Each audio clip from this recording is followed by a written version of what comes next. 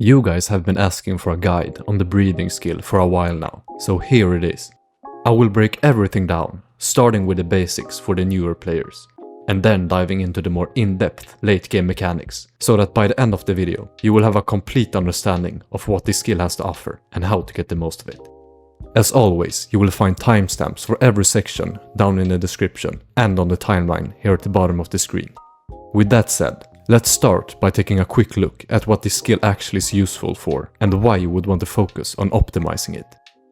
First, we have the part consisting of you putting together a pet team with unique traits and abilities to progress, either through the arena to unlock global bonuses and upgrades for your account, or through the world territories to unlock spices used in the cooking skill. The second part is all about unlocking pets and leveling them through their shiny variants for some really amazing account-wide bonuses that you don't want to miss out on. So how do you get started with the breeding skill when you first reach World 4? The first step would be to open the breeding interface by interacting with the breeding nest located here. It may look a bit intimidating at first, but don't worry, it will all make sense soon.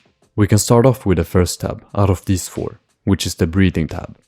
This is where you will find all the different pets you can hatch using eggs from the egg incubator, which you can see right here. If you're new to breeding, the only pet available at first will be the green mushroom from the World 1 tab. So go ahead and select it, then click breed to hatch your first pet. Hatching a pet will consume one egg from your egg incubator. These eggs generate automatically over time at a base rate of one egg every 2 hours, though you can reduce this time with various upgrades, such as the egg ink bubble from alchemy, the emerald rhinestone from the lab, the potato pea pastry from cooking, and by reaching 300 total breeding levels or a skill mastery bonus in the rift. You can also obtain eggs from other sources, such as killing the mutated mush miniboss in World 4, the Kilroy skull shop, pets with the eggshell trait, or as a quest reward from certain NPCs. You simply consume these egg drops to instantly add eggs to your incubator. But alright, back to the breeding tab. The multipliers you see here will unlock as you progress in the breeding skill. I will cover those in a bit, but for now, the main thing to focus on is the total chance value. This number represents your odds of unlocking a new pet. In this case, if you're new, your first mystery pet. Mystery pets function just like regular pets, just that they aren't based on enemies from any of the worlds. Now that you have unlocked the squirrel, you can hatch them with eggs whenever you want. To unlock the next pet, you'll need to keep hatching squirrels until you succeed. And that's the basic process for unlocking all the different pets. Let's move over to the database tab. Here you will find a storage interface, useful for moving around, sorting, and trashing unwanted pets. Next, we have the genetics interface, where you will see all the different genetic traits pets can have once you have unlocked them. Each trait has two parts. Combat ability, which tells you what your pet does when activated in battle. Some deal damage, others block attacks, and some have unique effects that can change the battle completely. Bonus effect. This is a passive effect that can impact both combat and other aspects of breeding, such as spice farming. Finally, we have the Shinies interface. Shinies becomes available once you hit level 40 breeding, so we'll get back to that in a bit. Next up, let's take a look at the upgrades tab. Here you can spend dead DNA, which you get from trashing unwanted pets, to unlock some really important upgrades for the breeding skill. So let's go through them one by one. First, we have the no upgrade selected upgrade. Yeah, I know, weird name, but here's how it works. You access it by not selecting an upgrade, or by unselecting your currently selected one. This upgrade boosts the amount of breeding EXP you gain from hatching eggs. And if I haven't mentioned it yet, hatching eggs is the only way you gain breeding EXP. This upgrade is super important, because leveling up breeding faster means you unlock the other upgrades sooner as well. Next, we have the genetic splicing upgrade, which lets you farm genes by killing monsters AFK. Here's how to get started. Buy the DNA Splicer tool from the World 4 town shop and equip it in the Splicer tool slot. You can get one for each character and upgrade them using smithing stones for some free stats as well. Once you have a tier 1 Splicer equipped, you can now start farming genes by letting your character farm AFK or by using time candy at any World 1 monster. Ideally, you should farm green mushrooms. They have a high kill rate, meaning more genes, and they boost the fungi finger bonus from the lab. After an AFK session, click the Splice button to trade all drops you've acquired for genes. Kill count, class EXP and coins won't be consumed when doing this. Back in the breeding nest, you can spend these genes to increase the chance of unlocking the next pet, making this your first chance multiplier, as seen here. To farm World 2 genes used to upgrade the World 2 pets, you will need to upgrade the basic DNA splicer to the next tier using various materials. The same applies to the World 3 and 4 splicers and genes. At breeding level 5, you unlock the egg capacity upgrade. Each level increases the maximum number of eggs your incubator can hold by +1, up to a total of +5 eggs at max level. At breeding level 10, you unlock the Breedability Pulse upgrade, your second breeding multiplier. And here's how it works. Every time you hatch a new pet, there's a chance it will have the breeder gene. Pets with this trait can be placed in the fence yard, which you can find under the Teams tab. To place a pet in the fence yard, simply drag it from your storage into an open slot. Placing breeder pets in the fence yard will not only allow your pets to touch some grass, which honestly you should too. More importantly, it starts accumulating levels for that pet's breeder multiplier as seen here. So this is another way for you to increase the chance of unlocking a new pet. While you can technically level a pet's breedability to level 10, reaching that max level takes an absurd amount of time, as you can see here on this image.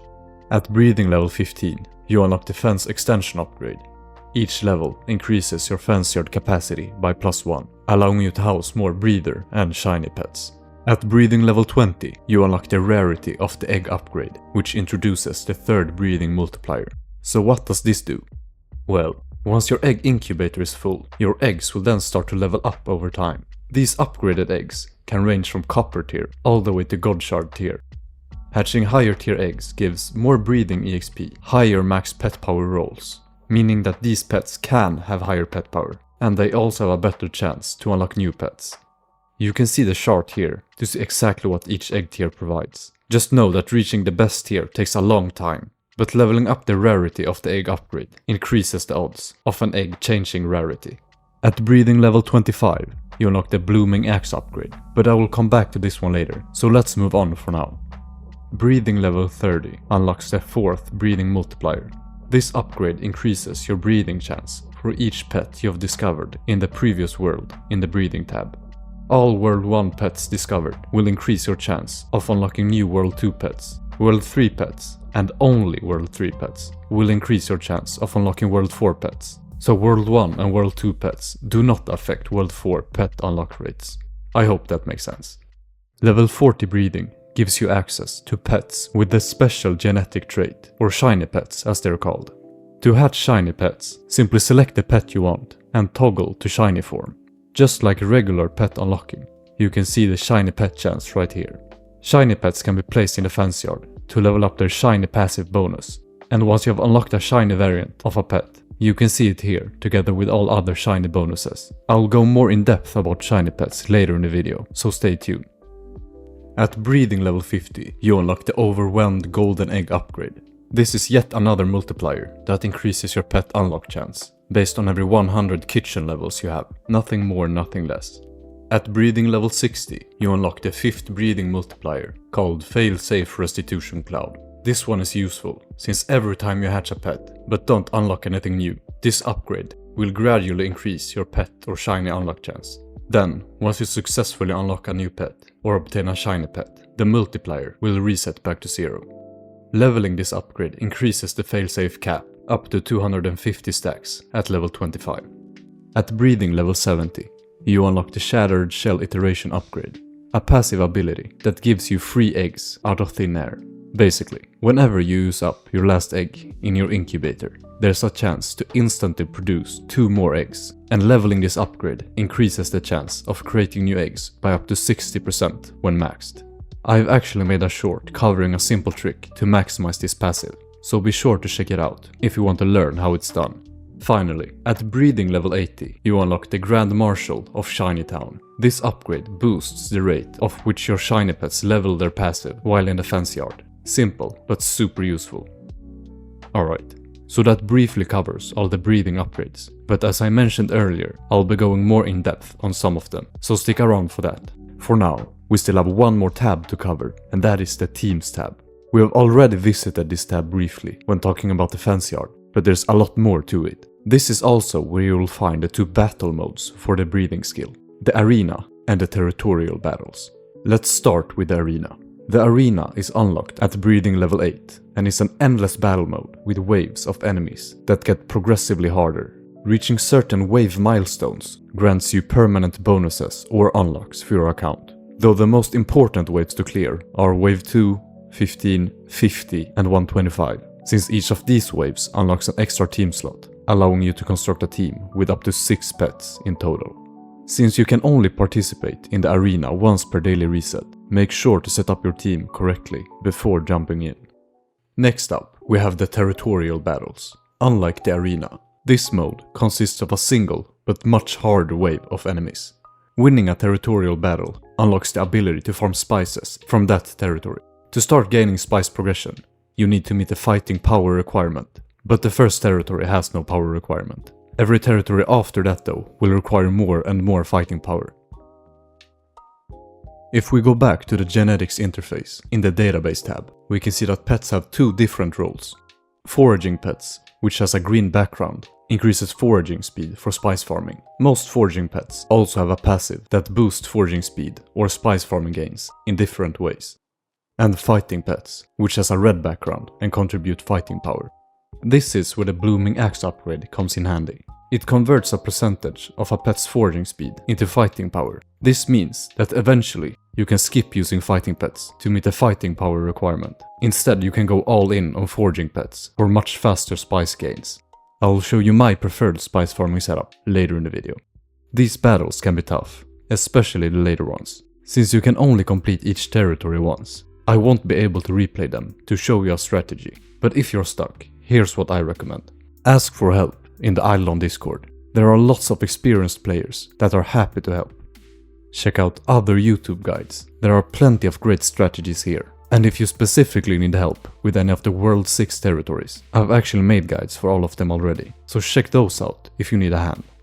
Moving on, I quickly want to go over the Beastmaster class, since it is the class that specializes in the breeding skill and has several useful abilities and talents that will come in handy. Some of you might wonder why I have this pet just chilling here, in the top slot of my storage. It's because of this talent called Animalistic Ferocity. It gives weapon power to your Beastmaster based on the pet power of the pet in your first storage slot, so that's why I've left my strongest pet there. Just to be clear, this does not affect the breeding skill in any way. I just wanted to clear any questions about why that pet was there. So moving on, the first important talent is called Arena Spirit. This active skill gives you unlimited entries to the arena for a few minutes based on its level once activated. An important note. You must activate the skill before entering the arena. If you accidentally enter first, you will end up using your daily entry, and activating the skill afterwards won't do anything. As a bonus, this talent also gives your pets a small but permanent damage boost. Next we have the I Dream of Peace and Egg talent. It gives you a chance to get free eggs whenever you claim 10+ hours of AFK gains. I believe it works on all characters, and not just the Beastmaster, but I'm not 100% sure. That said, this talent isn't very useful anyway, so I wouldn't focus too much on it. 2 talents that do matter though are the Shining Beacon of Egg and the Curvature of the Paw talents. The first one gives you a percentage boost to your breeding EXP, which will allow you to unlock more upgrades and acquire pets with a higher possible pet power, simply allowing you to progress faster overall. The second talent is a multiplicative pet power booster, which means you're able to roll pets with a much higher pet power when hatching eggs. Both of these talents works even if you hatch pets on your other characters. I'm also glad to mention some of the extremely useful upgrades for the breeding skill that was added with the upgrade vault. The Foraging Forever upgrade, which provides a huge foraging speed boost to all pets. Pet Punches upgrade for increased pet damage. And the Breeding Knowledge upgrade for a boost of up to plus 300% breeding EXP gain. Maxing out these upgrades will cost you a ton of gold, but it's definitely worth it. Alright, now that we have covered the basics of the breeding skill, I hope you have a better understanding of what this skill has to offer. But we're just getting started, so let's dive into the more advanced parts, like spice farming, arena teams, and leveling shiny pets. And again, if you're looking for something specific, check the timestamps in the description or the timeline below for the section that you're interested in. Now, let's take a look at shiny pets, one of the most valuable parts of the breeding skill. As I mentioned earlier, shiny pets become available at breeding level 40 and provide strong account-wide bonuses when leveled. But not all shiny pets are worth leveling to begin with, so let me make it easy for you. The most important shiny pets to level are the Green Mushroom, Woad Board, the Crescent Spud, and Quincy. This because all 4 of these increase your shiny pet leveling rate, which means you can level up your other shiny pets faster in the future. After that, I'd recommend leveling these pets to get infinite star sign points. This lets you keep all your star signs active at all times, which is super convenient and a nice quality of life unlock. Next we have the Red Mushroom and Sheepy. These two increase your meal bonuses from the cooking skill, which is really good since you find some amazing account-wide bonuses there. Depending on what you want to focus on, here are some other solid shiny pets to level. You can level these for drop rate, these for multi-kill per tier, and these for faster refinery speed. The rest of the bonuses aren't as crucial, but I'd still recommend leveling all shiny pets with a few levels for free stats. There are several ways to speed up shiny pet leveling. The level 80 breathing upgrade I've mentioned before is one, but we also have the Emerald Eultherite Jewel found in the lab, the Breedability star sign located on the Hydron star chart, one of the summoning table bonuses in World 6, and the Scientist Blobulite crop bonus also found in World 6. Another way to farm shiny levels is by actively farming monsters with your Beastmaster, while your Voidwalker has at least 150 points spent in the Enhancement Eclipse talent. This unlocks the Whale Wallop perk for the Beastmaster, which gives a 50% chance to give Fence Yard, Incubator and Spice progression for each active monster kill. Let's talk spice farming now. There are tons of different setups, but this is the one I've been using for ages, and I've been satisfied with it. The idea is to focus on maxing your forging speed on every other territory, and that's because these will be the spices you use to increase your cooking speed, which is the most important stat for the cooking skill. As a bonus, you will also get tons of these blue beachstock spices, which are used to upgrade the Diamond Chef bubble in the yellow cauldron, and this bubble is a huge source for cooking speed, in case you were unaware. But back to the spice farming setup. These are the genetics that you'll need. First we have the Forager genetic, which contribute with a small amount of foraging speed, but its main purpose is to boost the pets with the Borger genetic. These gain 10 times the foraging speed, as long as there is a forager pet in the territory above. These will be the main source of foraging speed. Then we'll place 2 pets with a Badam Dam genetic in between to boost all the pets above and below. A pet with a Flashy genetic for even more foraging speed, since we won't need any combat pets, thanks to the Blooming Axe upgrade. A pet with a Miasma genetic for a 4 times speed multiplier, and finally a pet with a Converter genetic for a 50% chance to not lose spice progression when claiming spices. This will allow you to claim hundreds of spices with each click, as long as it keeps proccing. In the first territory, I will use a pet with the Opticular genetic instead of a Borger, since you're unable to have a Forger pet above. Just make sure your Opticular pet has the highest pet power in the territory. If you're unable to farm spices because of a lack of fighting power, you can try getting multiple Borger pets, replacing one or both Badamdam pets with Tsar pets, or get as many mercenary pets as you need. You can gain more foraging speed by replacing old pets with new ones that have more pet power. Then that's basically it for what I have on spice farming. If any of you use another farming setup, I'd really like to know down in the comments. Because as I said, this is the setup I've been using basically since the breathing skill was introduced. Moving on, we have the arena. So start off by equipping this star sign on the Hydron star chart for more pet damage, and a Silk Road nano ship to double its effect. Then remember to also activate the arena spirit talent before you enter the arena to enter for free. Now, to reach wave 200 and beyond, I recommend this AFK friendly setup. So put a Rattler pet in the backline, followed up by a Defender, Refiller, Looter, a Badamdam pet, and finally a Borger in the front. This build should allow you to beat wave 200 completely AFK and quite easily. All you have to do is to enable auto-use abilities, and preferably also high performance mode to reduce lag. You can also stop the Borger pet from auto-using its abilities by clicking on it, since that ability won't be needed. Then start the battle. The 3 pets in the front will most likely die eventually, but that is all part of the plan, so don't worry. Reaching and beating wave 200 with this setup and pet power took me about 11 minutes. I also want to emphasize that pet power doesn't play that big of a role in these battles. Sure, your pets will do a bit more damage and have a bit more health, but it's the team comp itself that matters, so don't worry too much if your pet power doesn't match mine.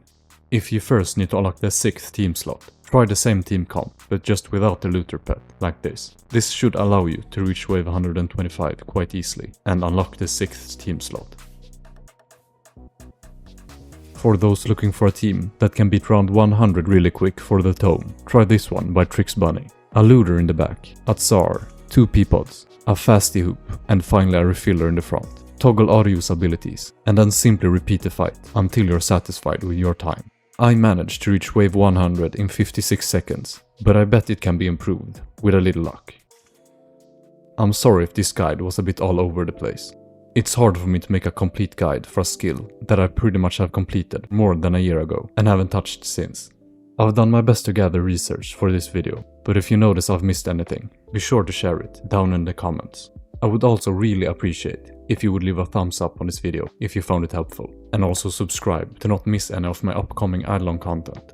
And with that said, thanks for watching, and I'll see you in another video.